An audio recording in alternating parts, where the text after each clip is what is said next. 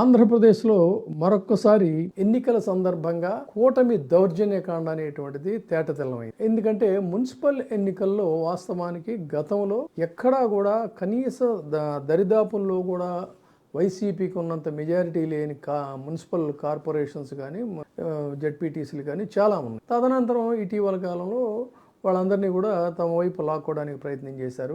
ఎంతమంది ఫిరాయించినా కూడా చాలా మున్సిపల్ కార్పొరేషన్స్లో ఈ రోజుకి కూడా వైసీపీదే బలం. కానీ ఇప్పుడు మేయర్, డిప్యూటీ మేయర్లకి, వీళ్ళకి మున్సిపల్ కార్పొరేషన్లకి ఎన్నికలు జరుగుతున్నటువంటి సందర్భంలో వీళ్ళందరినీ కూడా తమ వైపు లాక్కొని అక్కడ తమ మెజారిటీ సత్తా చాటుకోవాలనేటువంటి ప్రయత్నానికి వీళ్ళు తెగబట్టడం మొదలైంది. అయితే చాలా చోట్ల వైసీపీ తమను తాము కాపాడుకోవటం కోసం, తమ కార్పొరేటర్లను కాపాడుకోవటం కోసం చేస్తే తిరిగి మళ్ళీ ఒక 4-5 రోజుల నుంచి మళ్ళీ ఓటుకు నోటు సంస్కృతి ఇక్కడ మొదలైంది బాబు అయిన వాళ్ళు కుయ్యమూరు అంటున్నా కూడా, ఎన్నికల సంఘానికి రిపోర్ట్ చేసినా కూడా ఎన్నికల సంఘం కానీ ఇటు పోలీసు కానీ ఏమీ మాట్లాడకుండా ప్రేక్షక పాత్ర వహిస్తూ ఉన్నటువంటి స్థితి. వీటన్నిటికీ పరాకాష్ఠగా తిరుపతిలో జరిగినటువంటి అరాచకం చూస్తే అసలు ఏ విలువలకి ప్రజాస్వామ్యం అని చెప్పని ప్రజాస్వామ్యవాదులందరూ కూడా విస్తుపోయేటువంటి స్థితిలో ఇవాళ తిరుపతిలో ఉన్న పరిస్థితి.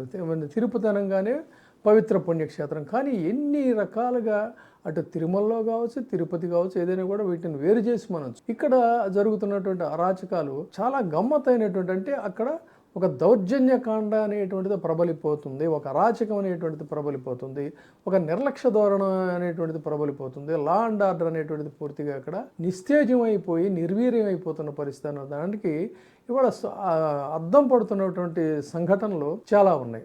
గత రాత్రి నుంచి కూడా ఒక హైడ్రామా, వైసీపీ కార్పొరేటర్లను ఏమైనా సరే ఎత్తికెళ్లాలని చెప్పని వాళ్ళు ప్రయత్నించడం, కాపాడుకోవటం కోసం వైసీపీ వాళ్ళు ప్రయత్నించడం. ఒక హోటల్లో వైసీపీ వాళ్ళందరినీ పెడితే రాత్రిపూట ఆ హోటల్ మీద దాడి చేసి ఏమైనా సరే వాళ్ళని తీసుకెళ్లాలనేటువంటి ప్రయత్నం జరిగింది. అయినా కూడా వాళ్ళని ఏదో రకంగా రెసిస్ట్ చేసుకుని వాళ్ళని ఓటింగ్ కోసం అని చెప్పని బస్సుల్లో తీసుకెళ్తూ ఉంటే ఆ కార్పొరేటర్లు వెళుతున్నటువంటి బస్సుల మీద అక్కడ చెబుతున్నటువంటి కథనాల ప్రకారం, ప్రత్యక్ష సాక్షులు చెబుతున్నటువంటి కథనాల ప్రకారంగా దాదాపుగా 500 మంది ఒక మోకగా వచ్చి రాళ్లతో దాడి చేసి కార్ల అద్దాలు పగలగొట్టి లోపలిగా చొరబడి బలవంతంగా మహిళల్ని కూడా నానా రకాల దుర్భాషలు, అంటే ఇక్కడ మనం చెప్పలేనటువంటి మాటల్ని కూడా వాళ్ళు మాట్లాడుతూ చాలా అరాచకం సృష్టించారు. నడి రోడ్డు మీద పట్టపగలే ప్రజాస్వామ్యాన్ని ఖూనీ చేసేటువంటి రీతిలో వాళ్ళు ప్రవర్తించి చాలామందిని కిడ్నాప్ చేసుకెళ్ళటం, అడ్డం వచ్చినటువంటి వాళ్ళ మీద హత్యాయత్నానికి పాల్పడటం జరిగింది. ఈ క్రమంలో అటు కెమెరామ్యాన్ని, ఆ సాక్షి కెమెరామ్యాన్ని, సాక్షి రిపోర్టర్ల మీద కూడా దాడి చేయటం, ఇలా ఎంత విచ్చలవిడిగా స్వైర విహారం చేస్తూ ఉంటే కూడా పోలీసులు మాత్రం చాలా ప్రేక్షక పాత్ర వహించారు.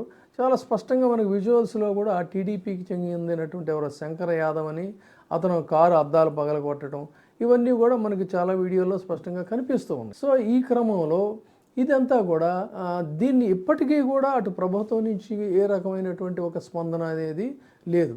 ఆ సంగతి అలా ఉంటే మరి ఎలక్షన్ కమిషన్ రేపు దీని రిజల్ట్స్ ఏంటనేది పక్కన పెట్టినట్టయితే ఇంత బరి తెగించి ఒకవైపు పార్లమెంట్ సెషన్స్ మొదలయ్యాయి. ఇది కేవలం ఒక ఆంధ్రప్రదేశ్కో లేకపోతే ఒక తిరుపతి ప్రాంతానికో కొన్ని ప్రాంతాలకో జరిగింది కాదు. ఇది యావత్తు ప్రజాస్వామ్యం మీద జరిగినటువంటి దాడి. ఇదే రకంగా ఎన్నికలు జరుగుతూ ఉంటాయి ఈ దేశంలో.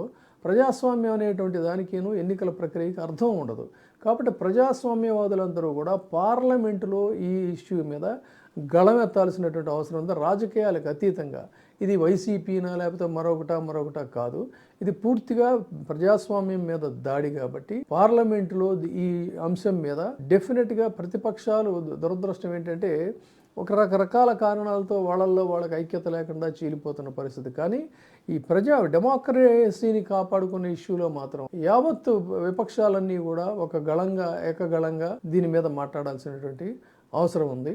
కాబట్టి ఈ రకమైనటువంటి అది గెలుపు అనుకోవాలా, బలుపు అనుకోవాలా అనేటువంటిది ప్రజాస్వామ్యవాదులే డిసైడ్ చేస్తారు. చూస్తూనే ఉండండి. ఇప్పుడే సబ్స్క్రైబ్ చేయండి, లైక్ చేయండి, షేర్ చేయండి. VTV ప్రైమ్, నీ ఉత్తమాభిరుచుల సమ్మేళనం.